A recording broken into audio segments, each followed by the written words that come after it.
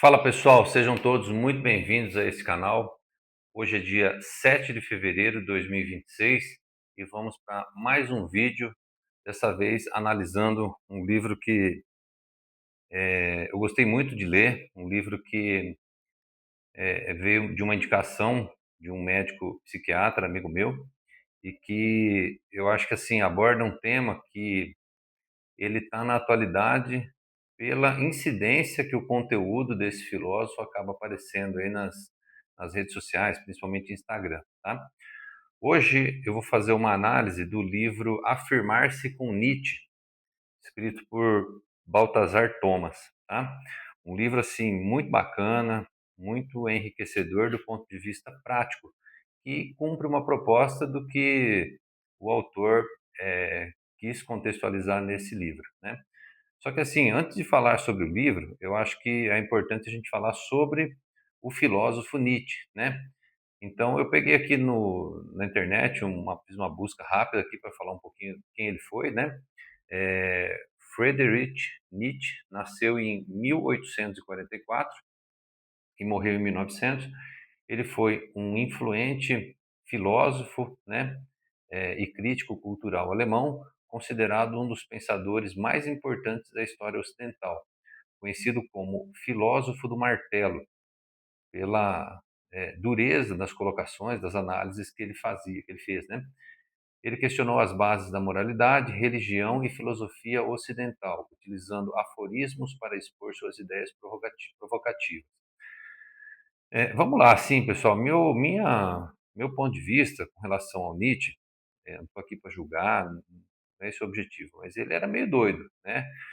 Tipo assim, as análises que ele fazia com relação aos temas que são, que estão na pauta de Nietzsche, eles abordam assim temas muito enriquecedores, né? Então, assim, foi um cara que trouxe um conteúdo cultural para o nosso mundo muito grande, né? O livro, a proposta do livro aqui é assim, de uma maneira bem objetiva, contextualizar e discutir, né, na visão do autor, alguns pontos chaves da obra de Nietzsche, da vida de Nietzsche, né, que ele contextualizou isso em livros, em diversos materiais aí onde ele aborda temas específicos. Assim, estou longe de ser, pessoal, um especialista em Nietzsche, tá? Que fique claro isso desde o início aqui. Um cara que eu gosto muito e que tem uma bagagem de conhecimento absurda sobre Nietzsche é o professor e filósofo Clóvis de Barros Filho. Então, assim, quem tiver curiosidade para aprender um pouco sobre Nietzsche de uma maneira assim muito fácil, muito clara, muito objetiva, pesquisa aí no YouTube. Professor Clóvis de Barros Filho, aula sobre Nietzsche, temas sobre Nietzsche, vocês vão achar assim muito conteúdo, tá? Então vamos lá. O livro em si, como eu já venho fazendo em outros aqui que eu estou trazendo para o canal, a ideia qual que é? É pegar pontos aqui do livro que eu anotei e fazer comentários do meu ponto de vista em cima, trazendo exemplos meu, da minha vida, de situações, tudo mais, que eu usei para fazer N reflexões, tá? Então, assim, o livro ele se divide em 5 capítulos, basicamente. O primeiro capítulo, ele fala sobre a crítica à moral tradicional. Então, vamos lá. Então, capítulo 1,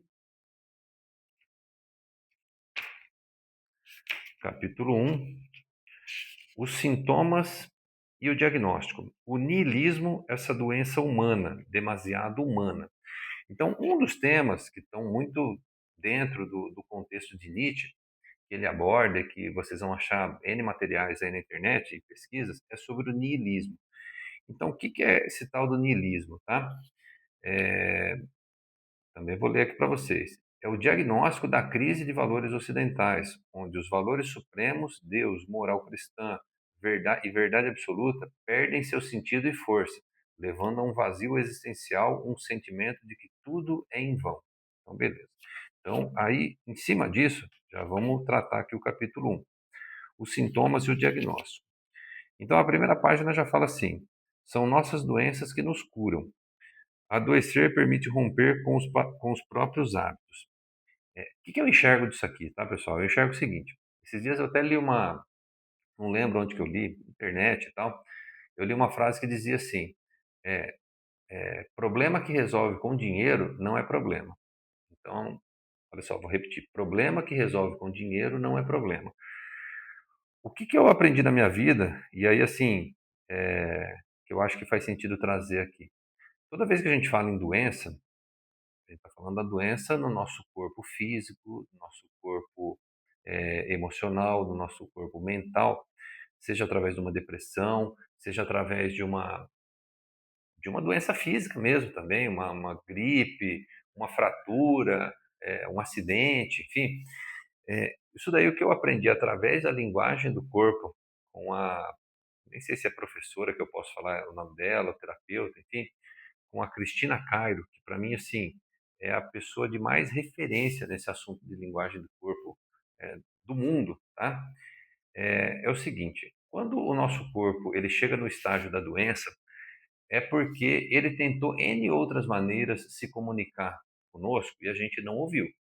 Então, tudo começa com uma mensagem muito pequena que o corpo às vezes está mandando, e conforme você não escuta ele, ele vai agravando isso daí, tá? Quando ele fala aqui que as doenças nos curam, é porque o que ele está querendo trazer? Nos momentos que a gente está doente, a gente acaba refletindo sobre a nossa vida, a gente é forçado a refletir sobre a nossa vida, né? Então ele até menciona aqui, ó, quando estamos acamados ou mesmo paralisados pela dor, ocorre uma mudança de perspectiva. O que anteriormente nos parecia importante nos parece doravante risível. O que era pequeno se torna de repente enorme, e o que havíamos negligenciado se torna um desafio capital. A doença, o melhor remédio contra o pessimismo. Em certo sentido, é a doença que nos cura da doença. O desgosto dos homens e da vida e a insatisfação crônica são um luxo que só nos permitimos quando estamos saudáveis. A insatisfação crônica, a insatisfação crônica são um luxo que só nos permitimos quando estamos saudáveis. E realmente, né, quando a gente acaba ficando acamado numa situação mais grave, você olha para a vida de uma outra maneira, os valores são outros, você enxerga esse niilismo que ele coloca aqui, que é essa crise de valores, você traz isso para a tua vida. Você vê a vida de uma outra maneira quando você está doente, né? É, e aí, assim, falando agora um pouco sobre o niilismo, né? É, A doença da qual Nietzsche faz o diagnóstico e da qual gostaria de ser o médico se chama niilismo. É o sentimento de que a existência não tem sentido. Cara, isso aqui assim é muito maluco, porque no meu processo de despertar de consciência, de autoconhecimento, automaticamente, conforme você vai buscando isso, fazendo essa busca interior, você se transforma. Você não é mais a mesma pessoa de como você era antes, entendeu? Não sei por quê, talvez é natural, você não vê mais a necessidade de pertencer a determinados grupos como você tinha antigamente. Eu me lembro assim, quando eu tinha 20 e poucos anos, mais ou menos, hoje eu estou com, faço 43, agora dia 20, eu tinha inúmeros amigos, amigos de festa, amigos de viagem, amigos talvez assim, de momentos bons. Conforme eu fui entrando numa outra fase da minha vida, tendo filho, passando, entrando nos meus desertos, né? Tendo depressão, quebra financeira, término de relacionamento. Conforme eu fui passando todas essas fases aí, todos aqueles amigos do passado foram ficando para trás. Então, assim, você vê que esse sentimento de que a existência não tem sentido, de que a vida não tem valor que ele coloca, talvez conforme você vai adquirindo mais conhecimento, e é o caso dele, sim, esse Nietzsche se percebe é que o cara era um poço de conhecimento, ele entrou em estágios de questionamento da vida, da existência dele, muito profundos, né? E que trouxe esse vazio existencial, né? Ele começa a ver que a nossa existência, que conforme as pessoas vivem, não tem sentido, né? Página 28. A vida é uma luta incessante para satisfazer nossos desejos cegos e tirânicos, que assim que são satisfeitos, nos decepcionam e nos empurram para uma nova busca ainda mais desesperada. Cara, isso aqui, assim, essa parte que eu estou lendo aqui, que eu sublinhei, ela praticamente resume muito desse capítulo 1 que ele fala desse vazio existencial, né? E aí trazendo para a nossa atualidade, vou até ler de novo. A vida é uma luta incessante para satisfazer nossos desejos, cegos e tirânicos, que assim que são satisfeitos, nos decepcionam e nos empurram para uma nova busca ainda mais desesperada. Então, assim, o que eu percebi em mim, ressignifiquei isso e percebo em muitas outras pessoas, até do meu meio, observando, é que existe uma necessidade de preenchimento da vida delas por coisas. Então, você percebe assim que a pessoa nunca está satisfeita. Uma hora é o objeto tal, outra hora é a roupa tal, outra hora é o celular tal, outra hora é o carro tal, outra hora é o apartamento tal, outra hora é a casa tal. Existe assim um vazio existencial que ele é preenchido por coisas. E isso, cara, assim, isso é muito doido porque existe as pessoas estão no automático preenchendo isso. E existe uma explicação para isso, né? Elas estão no automático tentando preencher isso porque dá muito trabalho você observar para isso e se questionar e falar assim, cara, eu acho que não tá legal isso aqui, né? Tipo assim, por que que eu tô todo momento tentando que preencher algo com coisas, né? Será que tá normal isso? Será que isso faz parte da vida realmente, né? Ou de repente eu estou tentando preencher algum buraco existencial meu, algum trauma da infância, alguma merda que tenha dado aí na existência com coisas, entendeu? É, tem um filme, pessoal, depois eu vou fazer indicação de filme aqui no canal também, mas já aproveitando, vou dar um insight aqui para vocês, fazer uma recomendação, que é um dos filmes, assim, para mim, assim, se fosse listar os 5 filmes mais importantes que todas as pessoas deveriam assistir, esse com certeza estaria entre os 5, que é O Clube da Luta. É um filme do Brad Pitt, de 1999, se eu não estou enganado. Muita gente, assim, assiste ele, muita gente que não está olhando com um olhar mais apurado, olha pelo aspecto da violência, da luta, da briga, do sangue, mas não tem nada a ver com isso, pessoal. Esse filme, assim, ele tem mensagens subliminares muito pesadas nele, entendeu? E essa da questão de você preencher a sua vida com coisas, basicamente é o personagem do filme. Ele começa o filme falando isso. Faz tempo que eu assisti, mas ele é mais ou menos assim, ó. É, assista, mas vou dar esse spoiler aqui. Conta a história, começa contando a história de um cara que ele encontra o Brad Pitt, que tem um personagem que se chama Tyler Durden. Ele começa contando a história pro cara, que a vida dele tá plena, ele comprou o apartamento tal, que agora ele tem o tapete tal, o sofá tal, o móvel tal. E, cara, isso é muito da nossa vida. A gente, quem não enxerga, quem dá valor para isso, não estou dizendo que eu não gosto de coisas boas, não, pessoal, eu gosto. Mas eu não vivo em função disso. Eu não vou esperar estar bem emocionalmente o dia que eu tiver tal coisa. Se tiver, beleza. Se não tiver, tá tudo certo. Eu não fico trabalhando em função disso, para adquirir isso. Eu já fui essa pessoa. Hoje não mais, entendeu? Hoje eu aprendi assim, ter uma vida mais leve, ter uma vida menos carregada de coisas. Então assim, você olhar a perspectiva de vida com esse olhar faz abrir uma outra reflexão, que qual é? A reflexão assim, do que a gente veio fazer aqui? Qual que é o teu propósito aqui? Por exemplo, tem um outro cara que eu gosto muito, que é o professor Hélio Couto. Ele fala sobre expansão da consciência também, sobre física quântica e tudo mais. Ele tem uma das aulas dele que ele diz o seguinte, que ele acredita que quando a gente morre, a gente vai parar num lugar que é como se fosse uma espécie de uma contabilidade contabilidade do universo. Então, nesse lugar, é feito ali, você senta com o contador do universo, né, com Deus ou com alguém da equipe dele lá, e, e aí você faz um balanço da tua vida. Tipo assim, o que que você teve de ações positivas, ele vai estar no ativo. O que que você teve de ações negativas, vai estar no passivo. E aí você vai chegar no final lá, você vai conseguir olhar se você está com superávit ou com déficit. E aí a gente tem a escolha na nossa vida de como que a gente quer chegar lá no final dela, quando a gente morrer, e olhar essa contabilidade. Eu já fui aquele tipo de pessoa que achava que a minha existência aqui era para juntar coisas.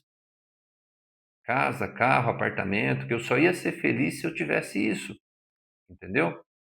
E aí, assim, isso, pessoal, as pessoas seguem esse caminho, porque ele é o caminho mais fácil, ele é o caminho da aparência, entendeu? Você seguir um caminho que não é para fora, mas sim para dentro, dá um puta de um trabalho, cara. Dá um puta do trabalho, custa, você se questiona, você está sujeito a mudar de grupos, a virar as costas para tua família, virar as costas assim no bom sentido, com amor, falar, ó, pessoal, até aqui, beleza, mas daqui para frente eu vou seguir outro caminho. Isso aqui não faz mais sentido, esse rolê de vocês aqui. E se você não tá, se você não toca nessa ferida, às vezes você fica carregando cargas o resto da vida. E aí você fala, cara, tipo assim, chegou lá no final da vida, qual foi o propósito da tua existência aqui? Isso que esse cara questionou muito. Tipo assim, de falar, cara, quão vazio é a existência das pessoas? Esse vazio existencial. Por que é que ninguém para olhar a vida sobre essa perspectiva? E aí ele questionou muito isso, né? Então, beleza. Isso aqui, assim, é o entorno que fala. Todo esse capítulo um aqui, ele trabalha muito sobre essa lógica do niilismo e dessa questão existencial de como reflexão de vida, né? O capítulo 2 ele fala assim, ele se chama As Chaves para Compreender, Desintoxicar-se da Moral. Aqui ele vai trabalhar um outro tema do Nietzsche, que é sobre a vontade de potência. Isso aqui é um rolê eu até vou ler aqui para vocês o que era isso na concepção do Nietzsche, né? Vontade de potência, frequentemente traduzida como vontade de poder, é um dos conceitos centrais e mais complexos da filosofia de Nietzsche. Ela não se refere a um desejo político de dominar outros, mas sim a uma força vital, criativa, impulsionadora inerente a todos os seres vivos. Cara, o que que eu aprendi sobre essa história aqui da força, da vontade de potência? É basicamente o seguinte: você seguir a tua intuição do ponto de vista daquilo que você tem vontade de fazer. Tá? E aí, assim, quando eu li esse livro, eu não tinha muito consciência dos meus atos e o que os meus atos iam desencadear. Então, quando a gente está falando sobre vontade de potência, de uma maneira deturpada, isso aqui você acaba transitando para um lugar extremamente egoísta. E era onde eu estava na época que eu li esse livro. Foi lá na época de 2020, se eu não estou enganado, que eu li esse livro aqui. Depois eu acabei relendo ele, mas a primeira vez que eu li foi em 2020, se eu não estou enganado. Então, quando você segue essa vontade de potência daquilo que você quer fazer, sem medir as consequências, você passa por cima das pessoas. Você machuca as pessoas. E foi o que eu fiz. Então, assim, é, depois, no meu processo, quando eu fui tomando consciência disso, você acaba encontrando outras filosofias. Então, por exemplo, tem uma filosofia do ocultismo, que é de um cara, um dos, um dos ocultistas mais famosos do mundo, aí, um inglês chamado Aleister Crowley. Tem uma frase, uma abordagem muito simbólica do ponto de vista dele, que é assim: faça o que você tem vontade. Faça o que você tem vontade de fazer. Ele prega isso daí, ele viveu isso daí, ele fazia o que ele tinha vontade de fazer. não vou falar, não vou me aprofundar, porque depois eu vou trazer ele aqui para abordar com vocês. Já uma outra linha ocultista, que é que é o ocultismo, não sei se é religião ou qual que é tradição, talvez o nome mais correto seria, que é a Wicca. Ele fala o seguinte: faça o que você quiser, desde que não prejudique ninguém.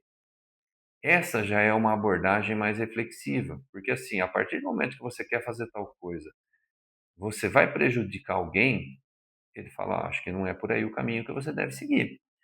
Então, eu, quando tomei consciência, eu comecei a trabalhar essa vontade de potência. Eu falo: não, legal eu enxergar essa vontade de potência, de ir para a vida, de fazer as coisas e tudo mais. Mas espera aí, será que isso que eu estou fazendo, eu estou prejudicando alguém? Porque daí você entra numa coisa de você, assim, de autoconsciência, de falar: cara, não tem sentido, né? Se eu fazer tal coisa, eu vou estar bem, mas eu vou prejudicar a outra pessoa. É muito egoísta, né, pessoal? É muito, assim, narcísico, para não falar outra coisa, né? Então, assim, os temas que o Nietzsche traz aqui, ele leva automaticamente para esse nível de aprofundamento de reflexão, entendeu? E é o que está aqui nesse capítulo 2, tá? Vamos lá, então, para o capítulo 3. Deixa eu ver onde está o capítulo 3. Peraí. Capítulo 3, página 103. Página 103. Os meios de agir. Tornar-se o que se é. O além do homem não é para um ser superior biológico ou moral, mas alguém que cria seus próprios valores, assume responsabilidade pela própria existência, não terceiriza o sentido da vida. Vou ler aqui uma frase um pedaço que eu sublinhei, tá? Se durante uma curta duração nossa vida parece valer a pena, todos os outros momentos mais penosos também valem a pena, porque eles são a causa, a condição ou simplesmente o caminho que leva a horas mais raras de felicidade. Seja inconsequente, por exemplo, rejeitar a solidão celebrando apenas o amor, pois a solidão é tanto uma preparação necessária quanto uma consequência frequentemente inevitável do amor. Querer o amor significa querer igualmente a solidão, assim como não podemos querer o prazer sem o sofrimento, a felicidade sem a infelicidade. Como é que eu resumo talvez isso aqui, no meu ponto de vista, né? Ele é uma busca interior que você consegue enxergar, por exemplo, eu já fui um cara extremamente escroto, pessoal, extremamente escroto, sem consciência de fazer coisas assim que hoje eu não faria, tá? Hoje eu pensaria duas vezes antes de fazer. Só que assim, para me tornar a pessoa que eu sou hoje, com outra visão de mundo, com outra visão de espiritualidade, de valores e tudo mais, eu tive que passar por esse processo lá atrás, entendeu? Senão eu não ia conseguir comparar, entendeu? É isso que o cara fala aqui. Uma coisa acompanha a outra. A luz, a luz que a gente está aqui, que a gente está vendo, a nossa luz, mesmo tanto que a gente tem de luz, de coisas boas, a gente tem de sombra, entendeu? Quem fala isso é o Jung, Carl Jung. Ele diz o seguinte: a mesma proporção que você tem de luz, você tem de sombra. Aqui, ó, as árvores que eu tenho aqui no quintal de casa, que eu plantei, é proporcional. O tamanho delas para cima é proporcional ao tamanho da raiz delas para baixo. Assim é a nossa vida, entendeu?